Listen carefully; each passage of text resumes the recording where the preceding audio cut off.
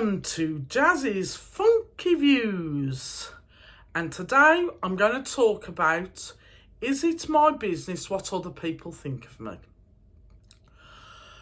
A lot of people I've seen on different social media channels have said that maybe it isn't my business what other people think of me. I don't agree. But before I go into that too much, I just want to tell you what I believe is my business and what I believe isn't. And the first thing I would say, anything that could affect my life in some way, anything that anybody does in terms of behaviour that could affect me in a good way, in a bad way, I believe is my business. I should know that somebody may be doing something. I mean, yeah, if they want to make a surprise or do something nice and I have a nice surprise, then, you know, that's fair enough. I can choose to think, ignore or whatever, but for me, anything that somebody could do that could affect me in some way, it is my business in some way. But if it's like a surprise or something, well, I'm going to know anyway. So that's a non-starter, really. What I would say is anything to do with me is my business.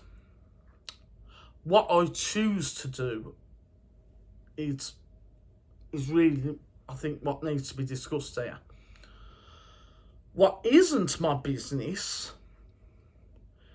is anything anybody does or where anyone lives or anything that's to do with other people that isn't connected to me in some way. Like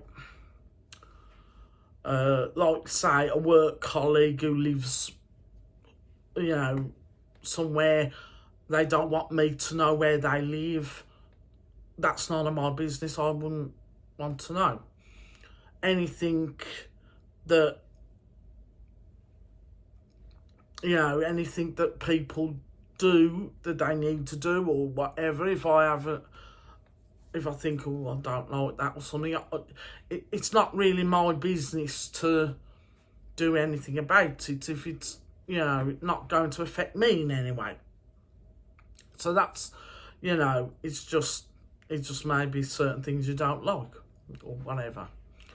But it could be something I really like, but it's still not necessarily my business what they're doing or what they, you know, if they choose that they don't want me to know. It's not, you know, if it's to do with them or their family or anything that's not linked to me or that could affect my life. So that's my definition of what is my business and what isn't. When it comes to what people think of me, there are certain things I can choose to ignore. Like if I were to go shopping and I was just going about my business, I'm just going to the shops, I'm just doing what I need to do, and then I go home. And the people that I bump into or see are not necessarily people I know or whatever. If they think horrible or something of me, but they do nothing about it or they say nothing, they just think it, well, I'm not going to know anyway. and even if they did say something or say, oh, you're wearing something rubbish or whatever, I can choose to ignore that because it's like, well, I'm not going to see him again. I'm going in the shops. I'm just going to ignore that and it wouldn't make any difference to me. And so, you know, you can choose to ignore it. You can choose to let it go. You know, it's not because it's not my business. It's because I'm just choosing not to engage or to, you know, do anything about whatever's happening. However, if when I'm going to a shop and somebody stops me going into that shop because there is something they don't like about the way I walk or the way I'm dressed or anything like that, and they make a point of stopping me and wanting to basically tell me off or do something that would, cause distress for me, and it would stop me from doing what I'm meant to be doing, well then in that situation I believe they are absolutely making it my business, because they're stopping me from doing what I need to do. And so in which case, depending on the action, depending on what it is they've got a problem with, if it's to do with like my disability, I'm autistic, that there may be something I may be doing to help me focus on what I'm doing or whatever that they may take exception to, then we could be talking things like hate crime and or maybe like disability hate crime or under the Equality Act, other things like that, and that then you could be talking a legal route to deal with that problem. And if it's not to do with that, I don't want to go in too much of a rabbit hole over ableism if it's something that I'm doing that isn't anything to do with my disability, but it's still a problem. Well, then it's like I might need to, if we're near the shop, I might need to talk to a security guard, or I might need to, or just say, look, excuse me, I've got my shopping to do. I'm not, just, they need to mind their business on what I'm doing. You know what I mean? It's the same thing. Is that like, I apologise if I caused an offence, but by what I'm wearing or what I'm, what I look like or whatever it is.